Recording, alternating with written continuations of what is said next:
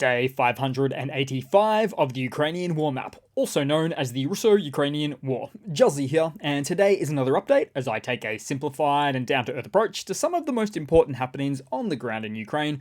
So starting off, we'll take a look at those Russian losses, as currently Russia sits on more than 278,000 military personnel losses, which accounts for an additional 440 losses in the past 24 hours. Then as for hardware losses, 11 tanks, 7 APVs, and a destructively whopping 30 artillery pieces.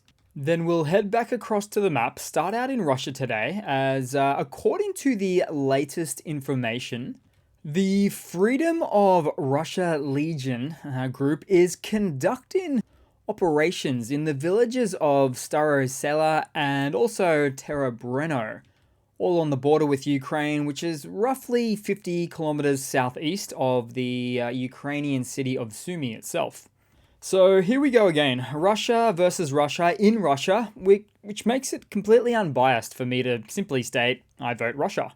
But in all seriousness, I feel like we could expect a few mysterious separatist zones within the Belgorod Oblast at some point into the future, as Russia's border forces have become so depleted that they've required volunteer forces to fill in the gaps.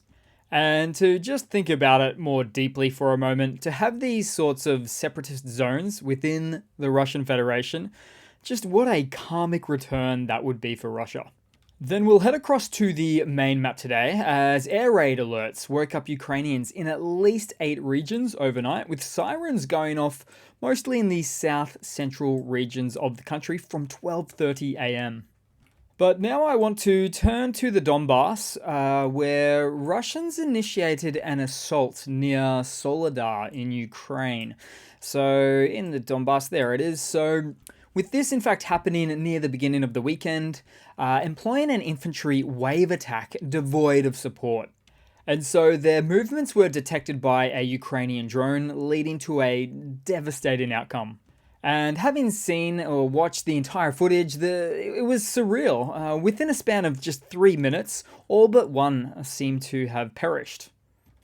Then we'll head all the way south as a missile strike by the Russian forces resulted in the demolition of the T-518 bridge that spans the Shetanka River in Velika Novosilka. Now, this bridge served as a grand line of communication, or G-lock, for the AFU forces heading south towards Urazane. And so I'm reminded of an axiom about never burning a bridge you may need to cross in the future. So it can be assumed that Russia has likely abandoned any plans for future offensives in this region to recover lost territory in the area that has it's annexed unlawfully.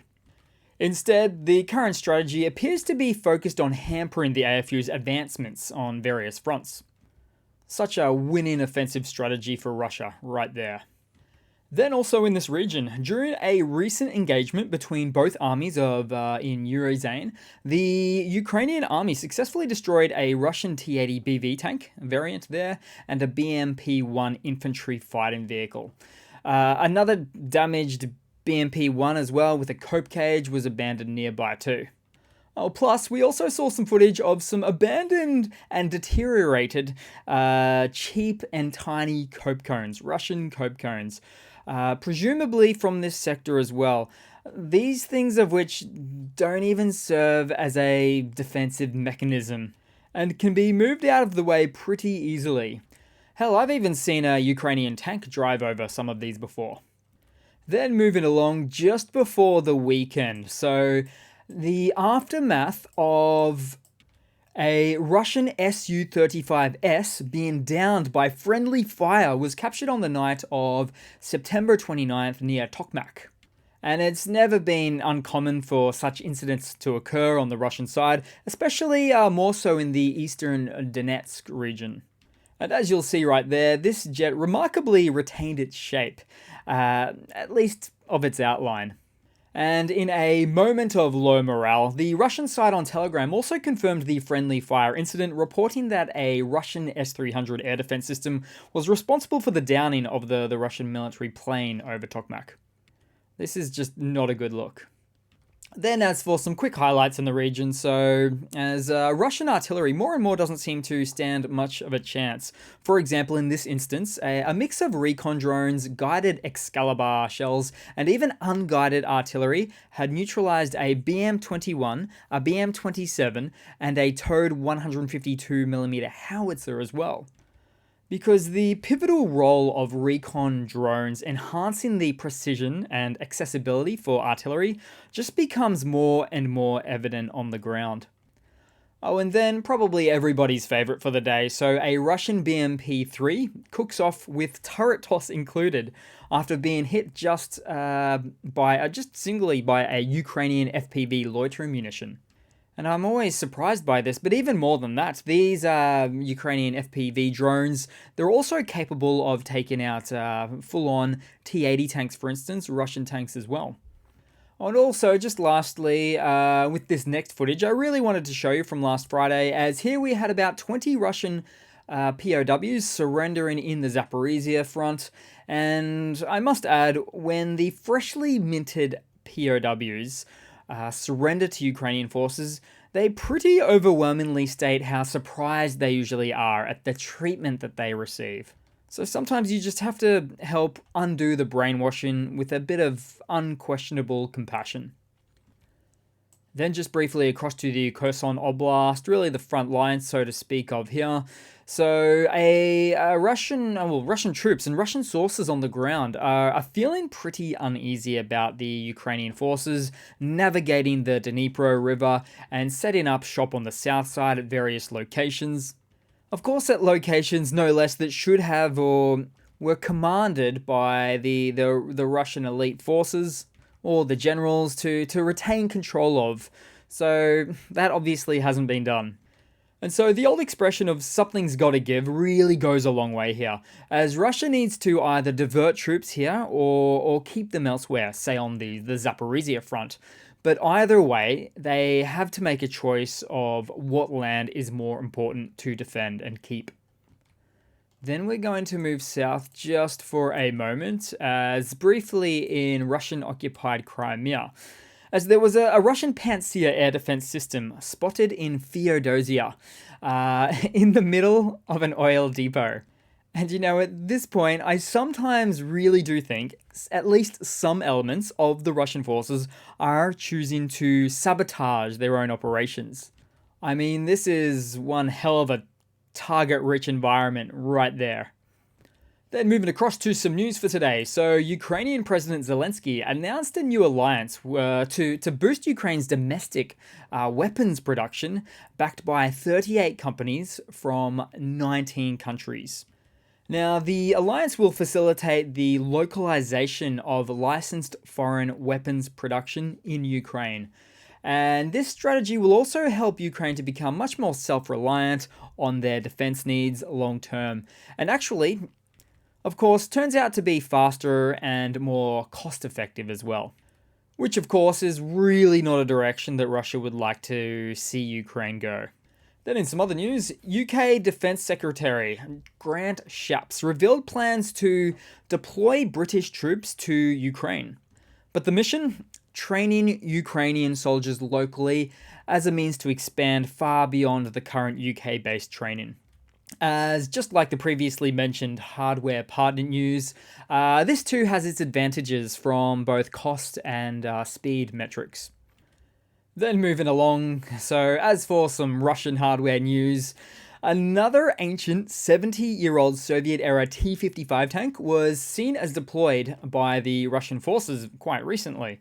And not sporting any actual notable enhancements or upgrades, of course for the one of the tallest and least effective cope cages that you've ever seen, bird's nest included. Then in some other news, so Kazakhstan, a CSTO member, which is basically the Russian version of NATO, has announced it supports the EU's decision to impose sanctions on Russia for its aggression against Ukraine and will not allow Moscow to evade them. Now, imminent or complete follow-up of this announcement, I'd say, is questionable, but nonetheless, for a CSTO member to say this is still quite inflammatory language against the Russian state, to say the least. Then moving across to another Russian military mobilization blunder segment today. So here we have a bunch of the Russian mobilized with a few assortments of other elements, such as a couple of Spetsnaz, Spetsnaz. There was also some Wagnerites there, apparently. Bit of a mix, complaining about their situation on the front, as this video was recorded on the 19th of September relating to the Russian frontliners at Klishchivka. Ooh, and we all know how that settlement panned out for the Russians. Now, starting off, straight off the bat, these guys mentioned how they lost around 1,000 to 1,200 people. And they also went on to say that they were, they fearfully mentioned that their area was covered by 2 Leopard tanks, and that Ukrainian artillery is working hard on their positions.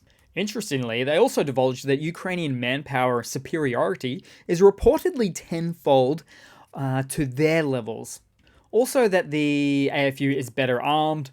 Then add to that these guys have very little ammunition or weaponry to fight with. Then to add insult to injury, of course, they've been provided no artillery support or evac.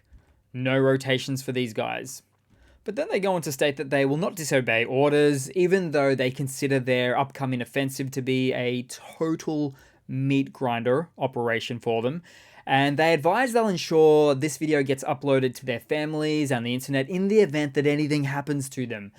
And given that it was Klishchivka and we now see this uploaded video, I'm going to venture a guess things didn't quite work out for them.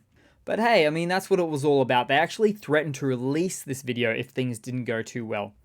To allow for, as they specified, to allow for regular Russians to question the terrible realities of the situation on the ground for the mobilized and the contracted soldiers.